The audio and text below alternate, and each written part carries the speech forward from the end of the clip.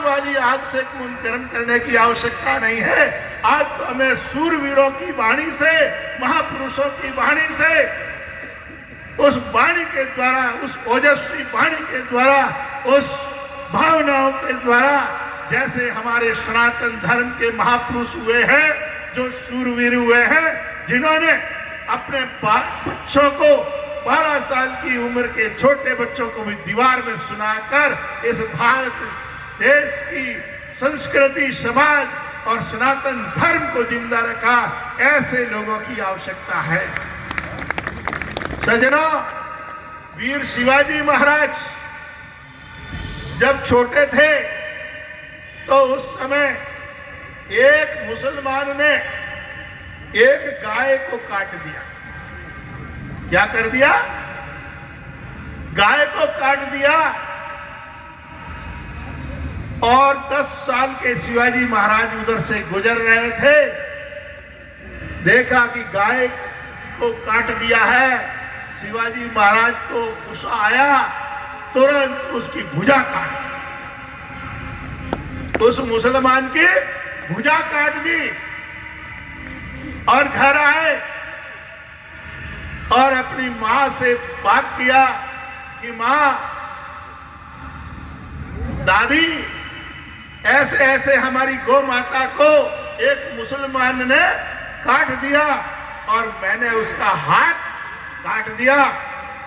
तो उसकी माता ने तुरंत थप्पड़ लगाया, शिवाजी महाराज को थप्पड़ लगाया।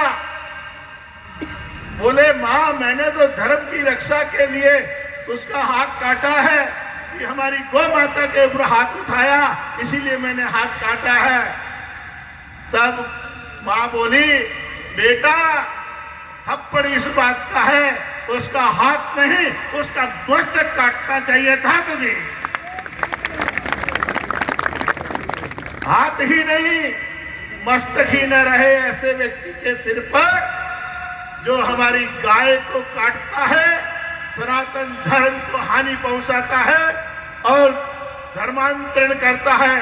ऐसे लोगों के हाथ पांव काटने से भी ये काम नहीं चलेगा, इनका तो सीधा मस्तक काटने से काम चलेगा। सजना, यही हमारे सनातन धर्म और हिंदू संस्कृति रही है।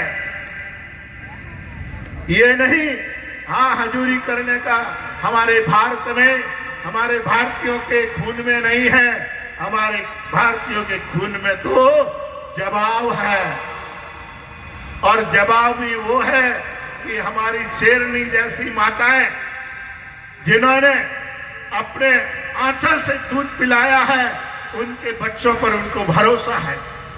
क्योंकि जब शिवाजी छोटी उम्र के थे ना, उस टाइम में एक बार की बात बताता हूं माताओं, आपके लिए विशेष ध्यान देना, कि माता जब बाहर गई, दासी को शिवाजी को देखे गई कि बच्चे को थोड़ा संभालना, मैं कोई कार्य से जाके आ रही हूं। सजनों, आने में देरी हो गई तो बच्चे का स्वभाव है तो रोता है, भूख लगती है जब, तो उस दासी ने अपने आंचल से दूध पिलाया, अपने आंचल से दूध पिलाया। जो ही पिला रही थी और उस शिवाजी की मां आ गई और तुरंत आते ही उसने डांटा, हे दासी, तूने ये क्या कर दिया? मेरे खानदान का सत्यानाश कर दिया तूने। लिया बच्चे को गोद से और उठा के उसके गले में अंगुली डाली, अंगुली डाल के सारा दूध बाहर निकाला, जितना पिया हुआ था। फिर पानी पिलाया और फिर अंगुली डाली, फिर दूध बाहर निकाला, फिर पिलाया, फिर अंगुली डाली। ऐसे करके 7 बार पेट को साफ किया और बच्चे की हालत नाजुक हो गई, मरने लायक हो गया। तब दासी ने कहा, महारानी साहिबा, क्या मेरे दूध में ऐसी कोई कमी है? मेरे ऐसे दूध में कोई दोष है मेरे?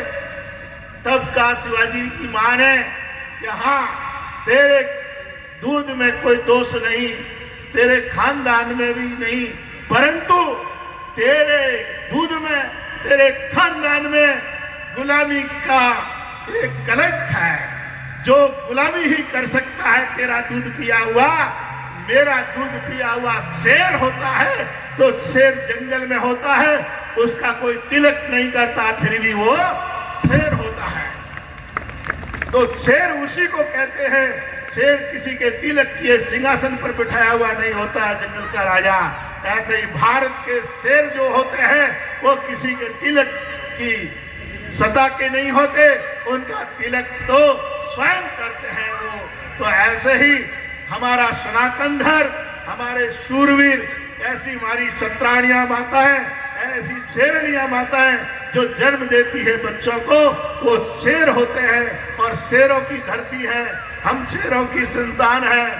हमारे बचपन में किताबों में भी आता था हम भारत के वासी हैं,